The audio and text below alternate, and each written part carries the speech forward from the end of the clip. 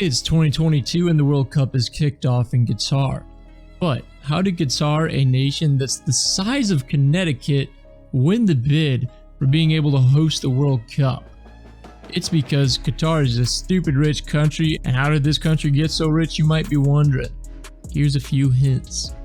It's in the middle of nowhere, it can get to over 115 degrees Fahrenheit, and there is sand. Sand everywhere. Are you thinking oil?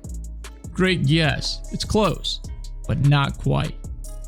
Qatar is the second largest export of liquid nitrogen gas, otherwise known as LNG for short. Falling only behind Australia, Qatar has 10% of the world's LNG reserves, so they're balling out. Racks on racks. To give you some perspective of how much money Qatar has been making, in 2000, Qatar's GDP was $18 billion. In 2010, it was $125 billion. They were slinging LNG, making crazy profits, and since it's just a giant desert, anything that they need, they just import it. Food, import it. Water, import it.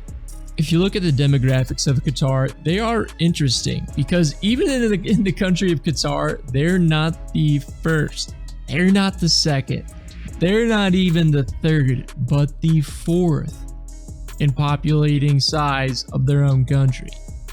That just goes to show you how many workers they're bringing in to make everything for a fraction of the cost as it probably should be.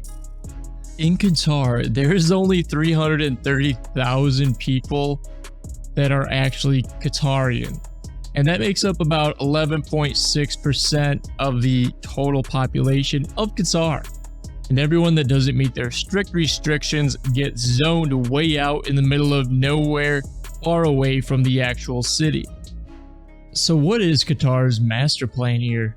Remember that graph I showed you earlier from Google, and it showed Qatar's GDP and UAE's GDP? No surprise, UAE's was higher, and if we think long and hard, it's because UAE has Dubai, and Dubai in everyone's eyes is only for the richest of the rich. Qatar has been building some crazy infrastructure off the backs of people they're bringing in from other countries whose populations now outnumber them. And this crazy infrastructure is to compete with what's going on in Dubai. So if we go on to visitqatar.com, we can take a look at 10 architectural wonders in Qatar to see exactly what they have been building. 1. National Museum of Qatar. This thing looks absolutely crazy. 2. Museum of Islamic Art. Gorgeous. 3. Qatar National Library. Straight out of the future. Here's a Four Seasons hotel, chillin', looking cool. The Qatar National Convention Center. Sidra Medicine is a hospital and biomedical research center. Qatar's Faculty of Islamic Studies. Al Janoub Stadium. Totally probably butchered that name.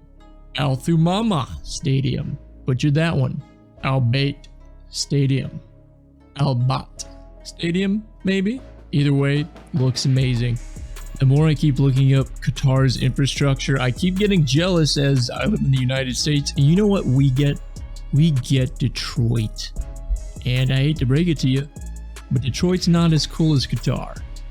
In 2010, when Qatar won the bid, it shocked everyone when a country without proper infrastructure and no football team was selected.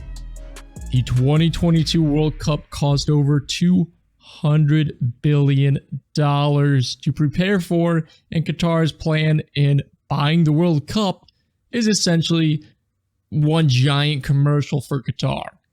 Comparing it with other countries, it's not even close to what was previously spent on World Cups. Previously, Russia spent under $12 billion, and Brazil before that dropped the previous most expensive World Cup at just under $16 billion.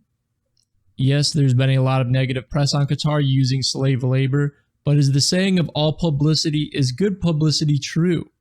Let's be honest, I still don't think most Americans could point to Maine on a map, let alone Qatar.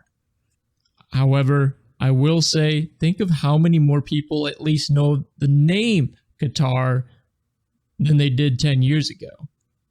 Was this an evil master plan to promote the country of Qatar? Just a thought. But then there are also reports coming out about people who have been immigrants living in Qatar, and they're saying that the Western media is totally making this way worse than it actually is. Personally, I don't know what to think, but feel free to leave a comment down below. Do you think Qatar is good, or do you think Qatar is evil? Don't forget to leave a like, comment, and subscribe. This has been Don with Don's Wisdom. See you on the next one.